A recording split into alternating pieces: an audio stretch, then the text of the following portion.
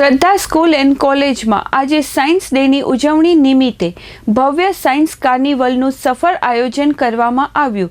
શાળાની પ્રિન્સિપલ રીટા અરધ્યારુએ જણાવ્યું કે આ કાર્નિવલમાં માત્ર વિજ્ઞાન જ નહીં પરંતુ ભૂગોળ, નાગરિક શાસ્ત્ર, સમાજશાસ્ત્ર સહિતના વિષયો સાથે સંકળાયેલ અનેક પ્રોજેક્ટ્સનું પ્રદર્શન કરવામાં આવ્યું છે। વિદ્યાર્થીઓ પ્રેક્ટિકલ રીતે શીખે, સમજ્યા વિષયોને પોતાના અનુભવથી યાદ રાખે તે હેતુથી આ પ્રદર્શનીનું આયોજન કરવામાં આવ્યું હતું। આ કાર્નિવલમાં 600થી વધુ વિદ્યાર્થીઓએ ભાગ લઈને અલગ અલગ ક્ષેત્રોને આવરી લેતા અદ્ભુત પ્રોજેક્ટ્સ તૈયાર કર્યા। કેટલાક પ્રોજેક્ટ્સ તો એટલા આકર્ષક હતા કે મુલાકાત લેનાર દરેકની આંખો ચમકી ઉઠે। કેમ્પસમાં ફરતો રોબોટ, પવનચક્કી દ્વારા વીજળી ઉત્પન્ન કરતી વીજ આધારિત સિસ્ટમ, એર પ્યુરિફાયરથી માંડીને ઘણા નવા પ્રકારના ટકાઉ રોડના મોડેલ્સનું પણ ખાસ પ્રદર્શન કરવામાં આવ્યું।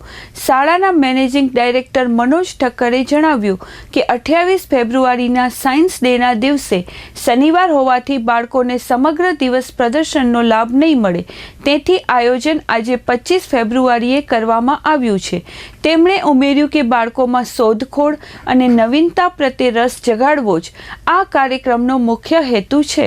સાયન્સ કાર્નિવલ દરમિયાન વાલીઓ, શિક્ષકો તેમજ વિદ્યાર્થીઓની ભારે હાજરી જોવા મળી અને સમગ્ર શાળા પરિસરમાં શૈક્ષણિક સર્જનાત્મકતાનો ઉત્સવ છવાયેલો જોવા મળ્યો। શાળાના આચાર્ય રીટા અરધ્યારુ અને મેનેજિંગ ડિરેક્ટર મોનજ ઠક્કરે ચંચળ ન્યૂઝ સાથે વાત કરી હતી। મારું નામ રીટા અરધ્યારુ, શ્રદ્ધા સ્કૂલ એન્ડ કોલેજમાં પ્રિન્સિપલ છું। આજે અમારી શાળામાં સાયન્સ દિવસ નિમિત્તે એક સાયન્સ ફેરનું આયોજન કરવામાં આવ્યું છે। સાયન્સ કાર્નિવલ એવું બાળકોએ જ નામ આપ્યું છે એને। અને માત્ર સાયન્સ નહીં પણ એની સિવાય પણ સિવિક જોગ્રાફી જેમ કે ભૂગોળ છે, નાગરિક છે, સમાજ વિદ્યા છે, મતલબ એ બધા પણ ઘણા બધા સામાજિક જે લેવલ છે ત્યાં એ બધા પણ ઘણા બધા પ્રોજેક્ટ એવા બાળકોએ બનાવ્યા છે। અને આ બધા પ્રોજેક્ટ બનાવવા પાછળ, સાયન્સ મોડેલ્સ બનાવવા માટે પાછળનો જે મેઇન હેતુ છે, જે ઉદ્દેશ્ય રહેલો છે કે બાળકો જેટલું પ્રેક્ટિકલ કરશે ને એ લોકોને વધારે સારી રીતે યાદ રહેશે। એટલે ગોખણિયું જ્ઞાન કરતાં બાળકો પ્રેક્ટિકલ કરીને યાદ રાખે એવો અમારો સતત પ્રયાસ રહેતો હોય છે। અને આજનું એ એક મોટું આયોજન અમે એના માટે કરવામાં આવ્યું છે। 600થી વધારે બાળકોએ ભાગ લીધો છે। ઘણા નાના મોટા પ્રોજેક્ટ એવા છે કે જે ઉડીને આંખે વળગે એવું છે। તમે આવતા એક અમારો રોબોટ જોયો હશે જે અમારા આખા જ કેમ્પસમાં ફરી રહ્યો છે। એની સાથે સાથે આજકાલ જે સોલાર સિસ્ટમ, સોલાર પ્લેટ છે એને બદલે હવે વિન્ડ છે એનાથી જે ચાલી રહી છે, પવનચક્કી દ્વારા વીજળી ઉત્પન્ન થઈ રહી છે એ છે, એર પ્યોરિફાય છે, રસ્તાઓ બનાવવા માટે હવે લેટેસ્ટ શું કે જે રસ્તાઓ વર્ષો સુધી ખરાબ ન થાય તો એની માટેના પ્રોજેક્ટ છે। સૌથી નાના બાળકો જે અમારા પ્રી સ્કૂલના છોકરાઓ છે એ લોકોએ તો ખૂબ સરસ કે ઘઉં ક્યાંથી આવે છે, જીવન ઉપયોગી જે બધી વસ્તુઓ છે એના પણ લાઈવ ડેમોન્સ્ટ્રેશન અહીંયા અમારી માટે તૈયાર કર્યું છે। બસ બધા જ વાલીઓને આભાર કહેવા માગું છું કે વાલીઓનો જો સાથ હશે ને તો જ અમે લોકો આટલા સરસ પ્રોજેક્ટ કરી શકશું। એટલે વાલીઓનું પ્રોત્સાહન અમારે માટે ખૂબ મહત્ત્વનું છે અને એમના કારણે જ અમે આજે શાળામાં 10 વર્ષ પૂર્ણ કરી 11મા વર્ષમાં પ્રવેશ કર્યો છે। શાળામાં બાળકોને માત્ર પુસ્તકીય કિલ્લાઓ બનાવવાની બદલે અમે ઈચ્છીએ છીએ કે બાળકોનો સર્વાંગી વિકાસ થાય અને જેમાં અમને મારા ટ્રસ્ટીશ્રીઓ છે, મનોજ સર છે, પ્રીતમ સર છે, તો એ લોકોનો પણ ખૂબ સાથ સહકાર છે અને જેટલા પણ વાલીઓ છે એ લોકોએ ખૂબ સહકાર આપ્યો છે આ છેલ્લા 10 વર્ષમાં અને જેને કારણે આજે અમારી શ્રદ્ધા સ્કૂલ આટલું સરસ નામ મેળવી રહી છે। મારું નામ મનોજ ઠક્કર છે। હું શ્રદ્ધા સ્કૂલ એન્ડ કોલેજનો મેનેજિંગ ડાયરેક્ટર છું। આજે જે આમ તો સાયન્સ ડે જે છે 28મી ફેબ્રુઆરી, પણ તે દિવસે શનિવાર હોવાથી, હાફ ડે હોવાથી બાળકો સાયન્સનો વધારે લાભ ન લઈ શકે સમય ઓછો હોવાના કારણે, એટલે અમે ખાસ આજના દિવસે એટલે કે 25 તારીખે આ સાયન્સ ડેની ઉજવણી કરી છે સ્કૂલમાં।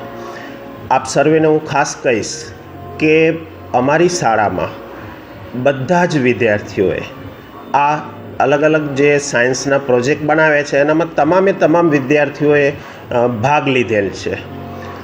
અમારી શાળાની નેમ છે કે દરેક વિદ્યાર્થીમાં કંઈક ને કંઈક શક્તિ રહેલી હોય છે અને આ એમની જે સુસુપ્ત શક્તિઓ છે એમને કેવી રીતે જાગૃત કરવી એના માટે શાળા પ્રયત્ન કરતી હોય છે.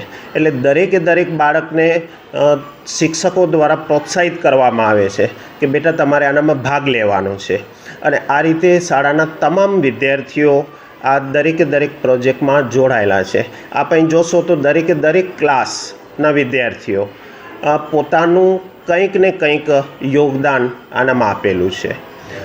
શાળાનો એક વિચાર એવો પણ છે કે ભાઈ બાળકને ફક્ત પુસ્તકીય જ્ઞાન પૂરતું મર્યાદિત ન રાખતા એનામાં જે સુસુપ્ત શક્તિઓ રહેલી છે એને કેવી રીતે ઉજાગર કરવી અને એમનો સર્વાંગી વિકાસ કઈ રીતે થાય એના માટેના પ્રયત્નો શાળા દ્વારા શિક્ષક મિત્રો દ્વારા થઈ રહ્યા છે.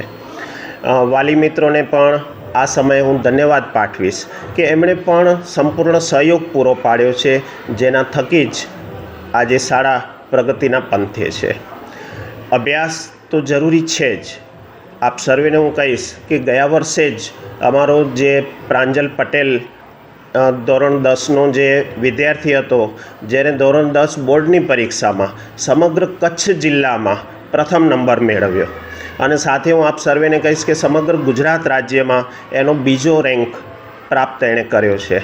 તો અભ્યાસ તો મહત્ત્વનું છે જ, જે શાળાનું પ્લસ પાસું છે, પણ સાથે બાળકોનો સર્વાંગી વિકાસ થાય એના માટેના પણ પૂરતા પ્રયત્નો શાળા દ્વારા થતા હોય છે અને વાલી મિત્રોનો સારો સાથ સહકાર મળી રહેતો હોય છે.